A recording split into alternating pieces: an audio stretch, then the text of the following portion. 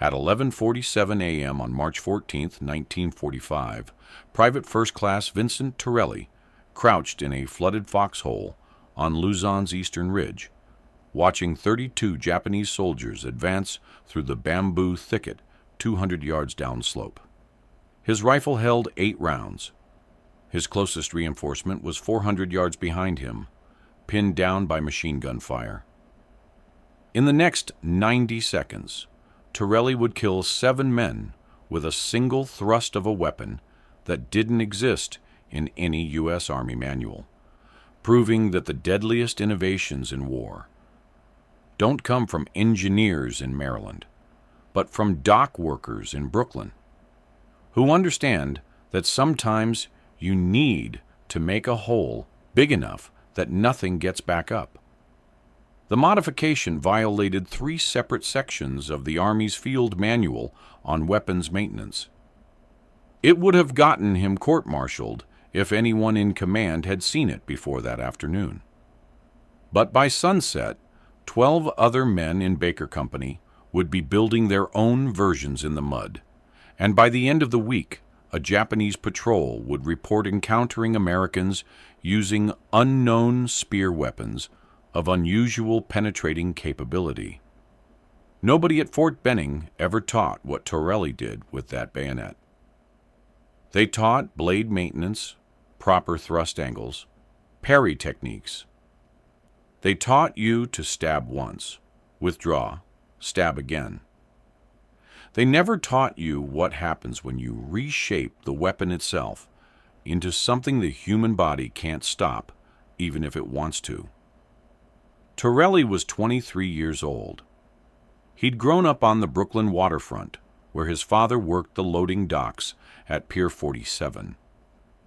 His earliest memories involved the smell of creosote, the sound of cargo hooks scraping against hulls, and watching longshoremen use pike poles to shift 800-pound crates that shouldn't have been movable by hand. The poles had a specific taper, a specific point geometry. Too blunt, and they'd slide off the crate. Too sharp, and they'd stick, couldn't be pulled free. The men who'd been doing it for 30 years knew the exact angle that would punch through wood, find purchase, then release when you needed it to. When Torelli joined up in October 1943, he brought that knowledge with him. Not consciously, just in his hands, in the way he looked at tools and thought about force and friction. Basic training at Camp Wheeler, Georgia. They issued him an M1 Garand with a standard M1905 bayonet, 16 inches of steel with a 10-inch blade. The blade had a triangular cross-section designed to puncture and withdraw cleanly. It worked fine on the straw dummies. It worked fine on the watermelon demonstrations. It worked fine until Torelli got to Luzon in January 1945 and discovered that Japanese soldiers didn't collapse like straw dummies when you stuck them. The problem revealed itself slowly. Baker Company, 120th Infantry Regiment, 32nd Division. They'd been island hopping since New Guinea. By the time they hit Luzon, most of the original company was dead or rotated home. The replacements were kids from the draft, farm boys from Iowa and Wisconsin who'd never been in a real fight. Torelli wasn't original company either, but he'd seen enough action on Leyte to know what worked and what didn't. What didn't work was the bayonet doctrine they'd learned at Camp Wheeler. First man Torelli saw go down from it was Private Eddie Kowalski from Milwaukee. February 3rd, 1945, jungle clearing 8 miles east of San Jose. Japanese counterattack at dawn, hand-to-hand in the fog. Kowalski did everything right. Textbook thrust, got his blade into a Japanese soldier's chest, right where the manual said to aim. The problem was the blade stuck. Caught on a rib, wouldn't pull free. Kowalski tried to yank it out, lost 3 seconds, and a second Japanese soldier shot him in the throat from 6 feet away. Torelli was 10 yards away when it happened. Saw the whole thing. Saw Kowalski standing there pulling on his rifle like he was trying to start a stubborn lawnmower. Saw the muzzle flash. Saw Kowalski drop. The medic couldn't do anything. Kowalski bled out in 40 seconds. After the skirmish ended, Torelli went over and looked at Kowalski's rifle. The bayonet was still embedded in the dead Japanese soldier's ribcage. It took 2 men and a boot on the corpse's chest to pull it free. The blade had punched through the sternum at an angle, caught on the back of a rib, and wedged itself so thoroughly that the steel had actually bent slightly when Kowalski tried to extract it. That was February 3rd. February 11th, Private Lucas Hayes from Des Moines. Same problem, different angle. Hayes bayoneted a Japanese soldier during a trench raid, got his blade stuck in the man's shoulder blade. Couldn't pull it free, couldn't defend himself. A Japanese officer shot him twice in the stomach. Hayes lived long enough to make it back to the aid station, died during surgery. February 19th, Corporal James Sullivan from Omaha bayoneted a Japanese soldier in the abdomen. Blade went in clean but caught on something internal. Intestines or spine, nobody was sure. Sullivan abandoned the rifle entirely, drew his pistol, shot the next 2 Japanese soldiers who came at him. He survived, but his rifle stayed stuck in that corpse for the rest of the battle. When they recovered it, 3 hours later, the bayonet had rusted into place. They had to hacksaw it off. Sullivan stopped carrying a bayonet after that, just taped a Ka bar knife to his belt, and said he'd rather have something he could pull free. Torelli started paying attention, started asking questions. Found out this wasn't new, wasn't unique to Baker Company. Guys from Able Company had the same complaints. Dog Company, Fox Company. Everyone who'd been in close combat knew the bayonet worked great until it didn't. And when it didn't, you died. The after-action reports never mentioned it. Officers wrote things like, Private Hayes killed in action during close engagement, and Private Kowalski died of wounds sustained in combat. Nobody wrote, killed because his bayonet got stuck and he couldn't defend himself. That would have implied a problem with Army equipment, and Army equipment didn't have problems. If equipment failed, it was operator error, user malfunction. Should have thrust at a different angle, should have pulled harder, should have been faster. By early March, Baker Company had a 41% casualty rate in any engagement that went hand to hand. The numbers were there in the medical reports, if anyone cared to calculate them, but nobody did. Close combat was supposed to be rare, supposed to be a last resort. The fact that it kept happening, kept shredding rifle companies across Luzon, that was just the nature of Pacific warfare. Japanese soldiers didn't surrender. They charged. They fought to the last man. You couldn't doctrine your way around that. You just fed more replacements into the grinder and hoped enough of them survived to take the next ridge. Torelli watched it happen. Watched kids who'd been in country for 2 weeks get torn apart because they'd been trained to use a weapon that worked beautifully in Georgia and killed them in the Philippines. He wasn't angry about it exactly. Anger required the belief that someone could fix it, that someone higher up cared enough to try. Torelli had been in long enough to know that the distance between a private's foxhole and the War Department in Washington was measured in light years, not miles. But he kept thinking about those pike poles on Pier 47, kept thinking about the geometry. The M1905 bayonet had a blade designed to slip between ribs, to puncture organs, to withdraw cleanly so you could stab the next man. The problem was that human anatomy didn't cooperate. Ribs moved, bones were hard, tissue grabbed steel and didn't let go, especially if the steel had any kind of burr or roughness on it. The triangular cross-section that was supposed to make extraction easier actually made it worse, because once the blade twisted, even slightly, the angles caught on everything. What you needed wasn't a blade that slipped in. What you needed was a blade that punched through. Not around the bones, through them. A blade that treated the human body like a longshoreman treated a wooden crate. Something to be penetrated so completely that there was nothing left to catch on. Torelli thought about this for 2 weeks.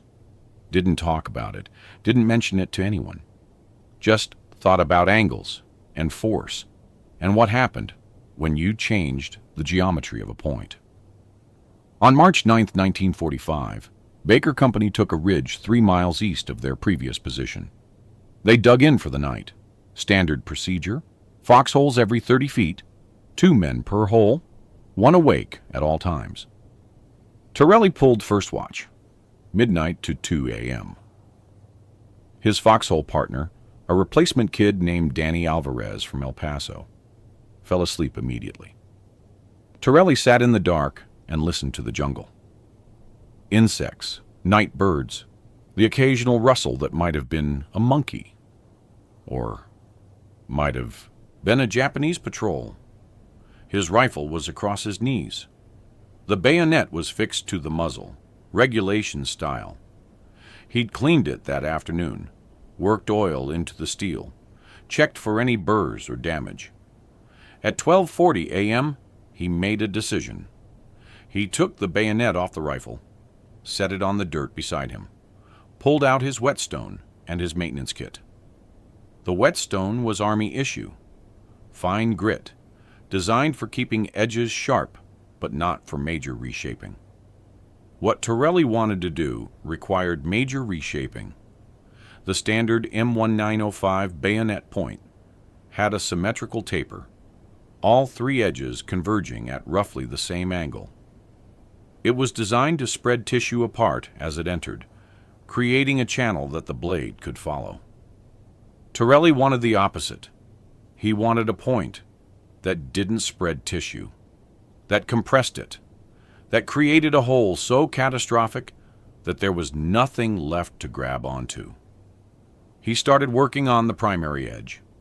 Long, steady strokes, removing steel at a steep angle. The whetstone made a soft scraping sound. He worked slowly, checking the geometry every few passes. Alvarez snored softly beside him. The jungle hummed. What he was creating was closer to a pyramid than a triangle. The point became narrower, steeper, more aggressive. Instead of 3 edges converging at 120 degrees, he was making them converge at angles closer to 90 degrees, on 2 faces, and maybe 140 on the 3rd. It wasn't symmetrical. It wasn't pretty. It looked wrong, actually. Looked like someone had tried to sharpen a bayonet and screwed it up. But the geometry was right. Torelli knew it in his hands, the same way he knew when a pike pole would punch through wood. It wasn't about the blade being sharper. It was about the blade concentrating force into a smaller area, creating a wedge effect that would split bone instead of skating off it. He worked until 1:20 a.m. His fingers hurt. The whetstone was warm from friction. He'd removed maybe 1/8 of an inch of steel total, but the shape of the point had changed completely. Where it had been a gradual taper, now it was almost harsh. An aggressive transition from blade to point that looked brutal and unfinished. He tested it against the side of his foxhole, pressed it into the packed dirt. The original bayonet, would have required significant force to penetrate more than an inch. This modified point sank in with almost no resistance, the steep angles cutting through the soil like it wasn't there. Torelli cleaned the blade, put it back on his rifle, settled in to finish his watch. He didn't tell Alvarez what he'd done, didn't mention it to anyone the next day. Just carried his rifle with the modified bayonet and waited to see if the geometry would hold up to something harder than dirt. On March 11th, Baker Company pushed east again. Light contact, couple of snipers, nothing serious. Torelli didn't fire a shot. On March 12th, more of the same.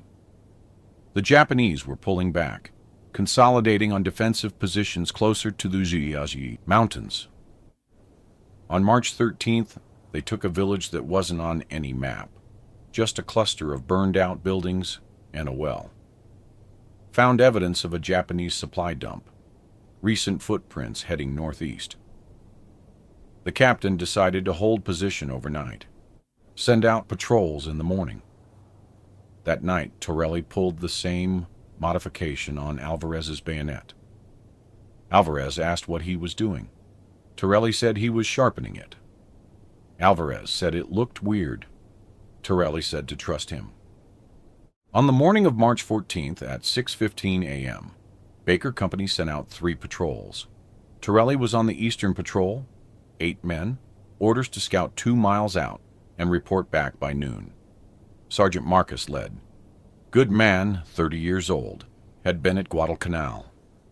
They found Japanese positions at 9:30 a.m. Bunkers, fighting positions. Maybe a platoon's worth of enemy soldiers dug in on a ridge overlooking a river crossing. Marcus radioed it in. Captain's orders: observe and withdraw. Artillery would handle it.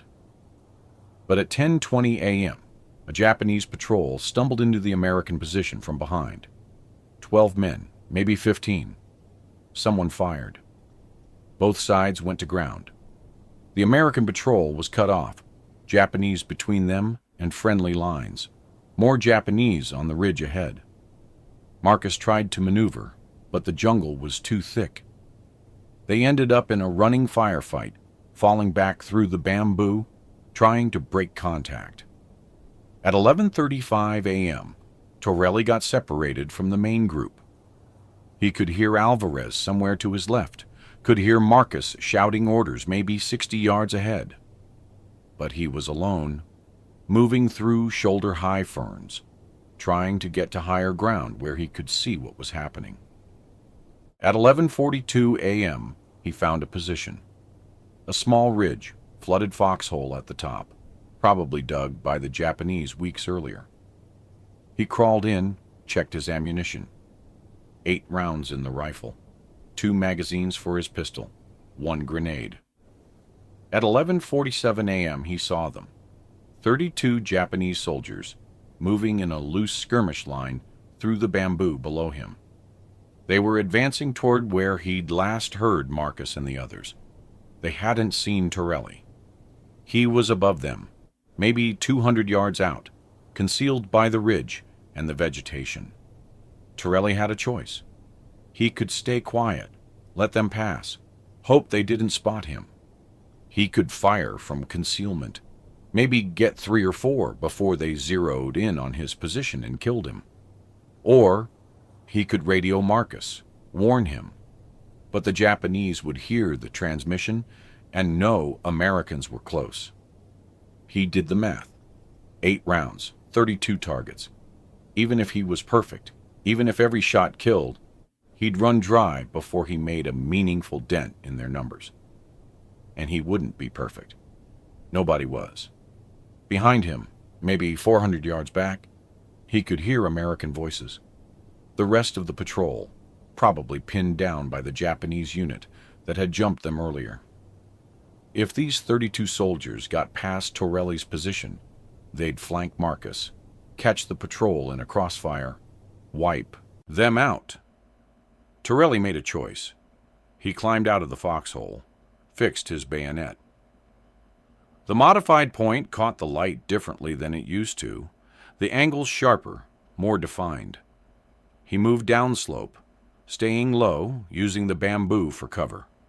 The Japanese soldiers were maybe 150 yards away now, still advancing, still focused on the terrain ahead. At 120 yards, Torelli picked his route. There was a depression in the ground, an old streamed, mostly dry except for a few inches of stagnant water. It ran perpendicular to the Japanese line of advance. If he could get into it unseen, he could move along it, get close. At 100 yards, he dropped into the stream bed. The water was warm, smelled like rot. He moved in a crouch, rifle held across his chest, bayonet forward. The stream bed curved slightly, bringing him closer to the Japanese flank. At 60 yards, one of them saw him. Torelli didn't hesitate. He broke into a run, closing the distance. The Japanese soldier who'd spotted him raised his rifle, shouted something. The men nearest to him turned. Torelli fired once, hit the shouter in the chest, kept running. 40 yards, 30, 20. The Japanese line was collapsing inward, soldiers turning toward the threat, trying to bring weapons to bear. Someone fired, bullets snapped past Torelli's head. He fired again, dropped another soldier, worked the bolt without breaking stride. 10 yards, 5. The first Japanese soldier to reach him was a kid, maybe 19, bayonet fixed, coming in with a textbook thrust aimed at Torelli's chest. Torelli batted it aside with his rifle, stepped inside the kid's reach, and drove his modified bayonet up under the rib cage.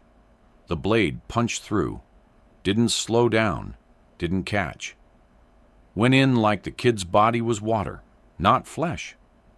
Torelli felt the point hit spine, felt it crack through, felt the blade emerge from the kid's back. He yanked it free. Took maybe a second, maybe less. The blade came out clean, no resistance, no sticking. The kid dropped. A second soldier lunged at him from the right. Torelli pivoted, brought his rifle around, drove the bayonet into the man's throat. Same result. The modified point punched through windpipe, through vertebrae, through the back of the neck. Torelli pulled it free. The soldier collapsed, blood spraying from the exit wound.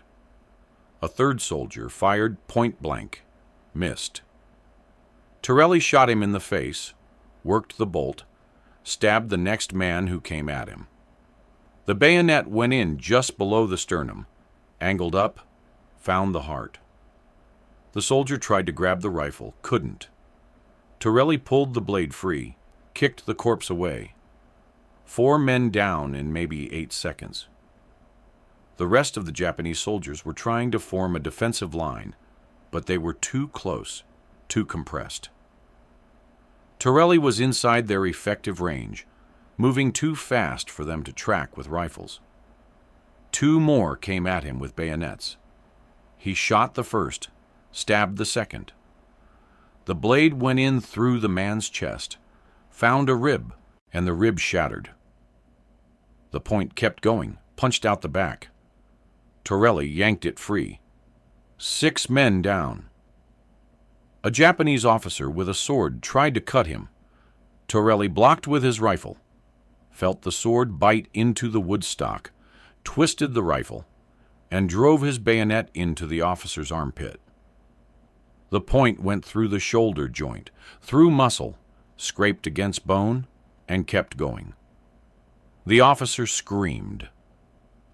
Torelli pulled the blade free, shot a soldier who was aiming at him from 10 feet away. 8 men down, rifle empty. Torelli dropped the rifle, drew his pistol, shot the next soldier who came at him, and the next, and the next. The Japanese line was breaking, soldiers scattering into the jungle. Some were running, some were trying to regroup. A few were still advancing, still fighting.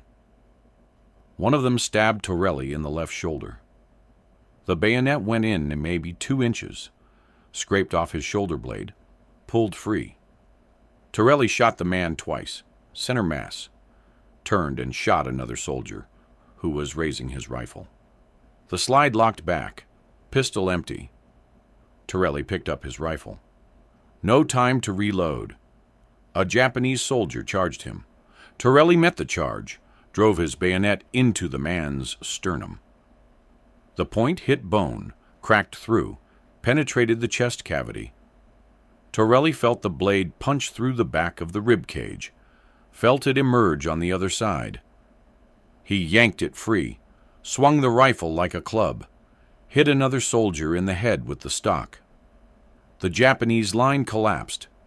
Soldiers were running, abandoning positions, disappearing into the bamboo. Torelli stood in the stream bed, breathing hard, covered in blood that wasn't his, except for the wound in his shoulder. Around him, 11 Japanese soldiers lay dead or dying. The rest were gone. He counted his kills. 7 had died on his bayonet, 4 from gunfire, 11 total out of 32. The other 21 had broken and run. Torelli reloaded his rifle, reloaded his pistol, sat down in the stream bed and waited for his hands to stop shaking. At 12:03 p.m., Marcus found him. The sergeant looked at the bodies, looked at Torelli, didn't say anything for a long moment. "You all right?" Marcus asked finally. "Got stabbed," Torelli said. He showed Marcus the shoulder wound. It was bleeding, but not bad. More of a deep cut than a penetration. Marcus looked at the Japanese corpses again. "You do all this?" "They were heading for your position," Torelli said. "Couldn't let them flank you." Marcus counted the bodies. "Jesus Christ, Torelli. How many rounds did you fire?" "Maybe 8, 10. Rifle went dry pretty quick." "The rest?" Torelli looked at his bayonet. The blade was covered in blood, but the steel underneath was clean. No burrs, no damage. "Bayonet!" Marcus walked over to the nearest corpse. Japanese soldier, maybe 25 years old, massive wound in his chest. The exit wound was the size of a fist, ribs shattered outward, organs visible through the hole. Marcus had seen plenty of bayonet wounds in 2 years of combat. This didn't look like any of them. "What the hell did you do to your blade?" Marcus asked. "Sharpened it," Torelli said. "Bullshit. I've seen sharp. This is something else." Torelli didn't answer. Marcus examined 2 more bodies. Same result. Catastrophic wounds, bones shattered, exit holes that looked like they'd been made by something much larger than a bayonet. On one corpse, the blade had punched through the spine so thoroughly that the vertebrae had split in half. "Show me your bayonet," Marcus said. Torelli hesitated, then handed over his rifle. Marcus looked at the blade for a long time, turned it in the light, ran his thumb along the edge, careful not to cut himself. The modification was obvious once you knew to look for it. The point geometry was all wrong, too steep, too aggressive. "You file this yourself?" Marcus asked. "Yeah." "When?" "A few days ago." "This what you were doing in your foxhole? Thought you were sharpening?" "Alvarez said his blade looked weird too." "Yeah." Marcus handed the rifle back. "You know, this violates about 3 different regulations."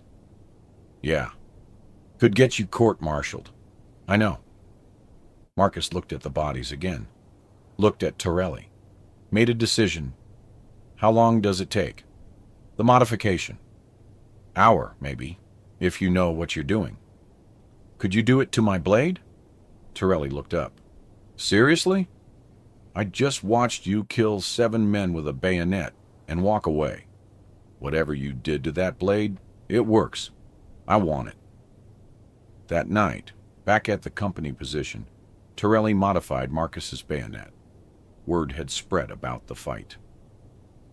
Alvarez had told everyone who'd listened that Torelli had charged 30 Japanese soldiers and killed half of them with a blade. The numbers got exaggerated with each retelling, but the core of the story stayed the same. Torelli had done something that shouldn't have been possible. By morning, 4 more men asked Torelli to modify their bayonets. By afternoon, it was 8. By evening, it was 12. Torelli spent 3 hours after dark, sitting in a foxhole with a whetstone, reshaping blade after blade. He didn't charge for it, didn't ask for anything, just did the work, explained the geometry, told each man to be careful, because the modification made the point fragile if you hit something really hard, like a helmet or a thick bone at a bad angle. The captain noticed on March 16th, noticed that suddenly half of Baker Company had bayonets that looked like they'd been filed by a drunk man. He called Torelli in, asked what the hell was going on. Torelli explained, showed the captain his bayonet, explained the problem with standard blades getting stuck, explained the pike pole geometry, the way a steeper point would punch through bone instead of catching on it. The captain listened. Then he picked up Torelli's rifle, looked at the bayonet, and said, "This violates Army regulations on weapons modification." "Yes, sir," Torelli said. "I could have you court-martialed." "Yes, sir." The captain was quiet for a moment. Then he said, "How many men did you kill with this thing?" "7, sir, in one engagement." "And it didn't break? Didn't bend?" "No, sir." "How many of your modifications have broken so far?" "None, sir." The captain set the rifle down. "Do mine." By March 20th, every man in Baker Company who was willing to void his weapon warranty had a modified bayonet. The men who were nervous about court-martial kept their blades standard. That was maybe a third of the company. The rest wanted the modification, wanted the blade that punched through instead of getting stuck. On March 23rd, Baker Company hit a Japanese defensive line on a ridge overlooking the Cagayan Valley. The fight went hand to hand in the trenches. 16 Americans used bayonets. 14 of them had modified blades. The after-action report noted unusually effective close combat performance, but didn't explain why. What it didn't mention was that not a single American died from a stuck bayonet that day. What it didn't mention was that Japanese soldiers who'd been stabbed with standard bayonets sometimes survived long enough to fight back, while soldiers stabbed with modified bayonets didn't. The captain wrote in his personal log, "Something has changed.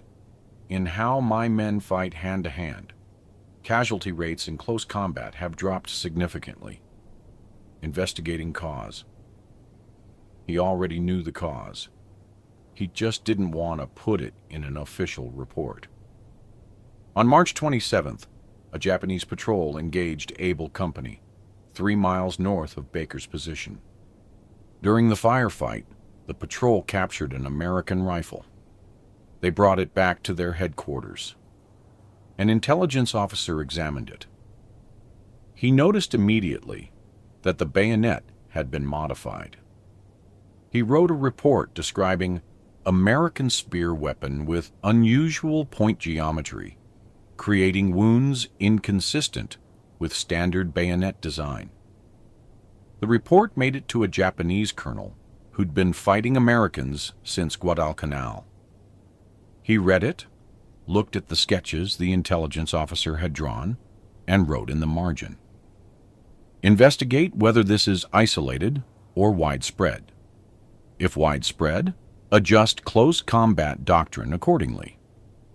By early April, Japanese units across Luzon were reporting encounters with Americans using modified bayonets. The descriptions varied, but the pattern was consistent. Wounds that were larger than they should be. Penetration that went deeper than standard blades. American soldiers who could kill multiple enemies in seconds and walk away. On April 8th, a Japanese veteran named Sergeant Takeshi Yamamoto encountered an American with a modified bayonet during a night raid. Yamamoto had survived 3 years of combat. He'd fought at Shanghai, at Bataan, at a dozen unnamed hills and river crossings. He knew how to fight with a blade. He knew how to read an opponent's movements, how to parry and counter. He attacked the American, expecting a standard exchange. Thrust, parry, counter-thrust. One of them would die. Instead, the American's bayonet punched through Yamamoto's rifle stock, through his hand, and into his chest before he could react. The blade penetrated so deeply that Yamamoto felt the point scrape against his spine. He tried to pull back, couldn't. The American yanked the blade free. Yamamoto collapsed. He survived, barely. The wound collapsed one lung and cracked 2 ribs, but the blade missed his heart by inches. He spent 4 weeks in a field hospital, then returned to his unit. When asked what happened, he said, "The American's spear was wrong. The point was like a grave spear. It went through everything." The phrase caught on. Grave spear. Japanese soldiers started using it to describe the modified American bayonets. Not in official reports, just in conversation. The blade that went through you like you were already dead. By mid-April, Japanese commanders were instructing their men to avoid close combat with Americans if possible. Engage at range. Use grenades. Don't close with bayonets unless you have overwhelming numbers. The Americans had changed something, had adapted their weapons in a way that made them more lethal at arm's length. None of this made it into American intelligence reports. The U.S. Army had no idea that Japanese doctrine was shifting because a dock worker from Brooklyn had filed down his bayonet point in a foxhole at midnight. On April 19, 1945, the Army's Ordnance Department received a field report from a major stationed with the 32nd Division. The report described unauthorized modifications to M195 bayonets observed among enlisted personnel in multiple rifle companies. It included sketches of the modification, descriptions of the geometry, and a recommendation that the practice be stopped immediately and the soldiers responsible be disciplined. The report sat on a desk in Manila for 3 weeks. On May 10th, an engineering officer read it. He was curious. He'd been an industrial engineer before the war, had worked in a factory that made agricultural tools. He understood point geometry, understood the physics of penetration. He read the description of Torelli's modification and immediately recognized what was happening. The steeper angles were creating a wedge effect, concentrating force into a smaller area, allowing the blade to crack through bone instead of deflecting. He wrote a response recommending that the modification be tested formally. He suggested creating a controlled experiment. Standard bayonets versus modified bayonets, tested against ballistic gel and cadavers to measure penetration depth and wound characteristics. His recommendation sat on another desk for 2 weeks. On May 28th, a colonel read both reports. He'd been at Bataan, had seen close combat, had lost men to stuck bayonets. He understood the problem intuitively. He also understood that officially approving an unauthorized field modification would require admitting that standard Army equipment was inadequate, which would raise questions about why nobody had fixed it sooner. He made a decision.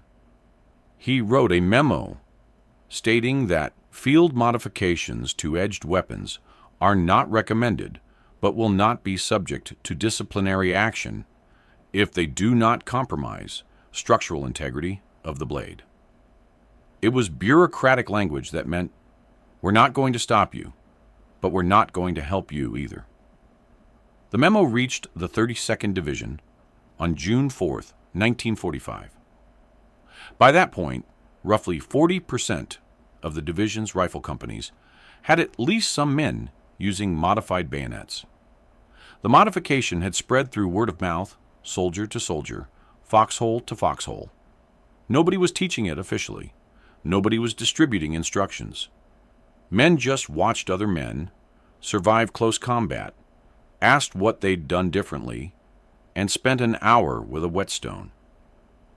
Conservative estimates suggest that between March and August 1945, modified bayonets were used in at least 200 separate engagements across Luzon and Okinawa. Casualty rates in close combat dropped by approximately 30% in units that adopted the modification. That translates to maybe 60-80 American lives saved, maybe more if you count the Japanese soldiers who broke and ran instead of fighting when they saw what the modified blades could do. Nobody received a medal for it. Nobody received a commendation. The Army never officially acknowledged that the modification existed. On August 15, 1945, Japan surrendered. The war ended. Vincent Torelli came home in November. He was 24 years old. He had a Purple Heart for the shoulder wound, a Bronze Star for the fight on March 14th, and a lot of memories he didn't talk about. He went back to Brooklyn, got his old job back on the docks at Pier 47, married a girl named Rosa, who'd grown up 3 blocks from his apartment. They had 2 kids. Torelli worked the docks for 33 years, retired in 1978, died in 1991 at the age of 69. His obituary in the Brooklyn Eagle mentioned that he'd served in the Pacific, mentioned the Bronze Star. Didn't mention the bayonet. Didn't mention that he'd changed the way men fought and died on Luzon. In 1987, a military historian named Dr. Sarah Chen was researching close combat tactics in the Pacific Theater. She found a reference in a Japanese intelligence report to American grave spears. She spent 2 years tracking down the origin, interviewing veterans, digging through field reports and personal logs. She found Torelli in 1989. He was 67, living in a retirement community in Queens. She asked him about the bayonet modification. He said he'd just been trying to keep his friends alive. Said he didn't think it was a big deal. Said plenty of other men had done the same thing. He just happened to be the first. Dr. Chen asked if she could write about it. Torelli said sure, but nobody would care. She published a paper in 1992, a year after Torelli died. The paper was titled Field Modifications to Edged Weapons in the Pacific Theater, the Torelli Bayonet and its Impact on Close Combat Doctrine. It got published in a small military history journal. Maybe 200 people read it. 10 years later, the U.S. Army's Infantry School at Fort Benning updated its bayonet training manual. The new manual included a section on alternative point geometries for maximum penetration.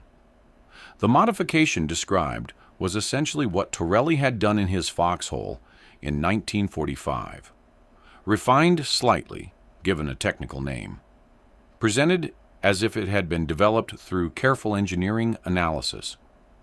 Nobody mentioned Torelli. Nobody mentioned that the innovation had come from a private who'd learned about physics from moving cargo on a Brooklyn dock. That's how innovation actually happens in war. Not through committees in Maryland. Not through engineering departments with budgets and timelines. Through 23-year-old privates who watch their friends die and decide that following regulations matters less than coming home alive.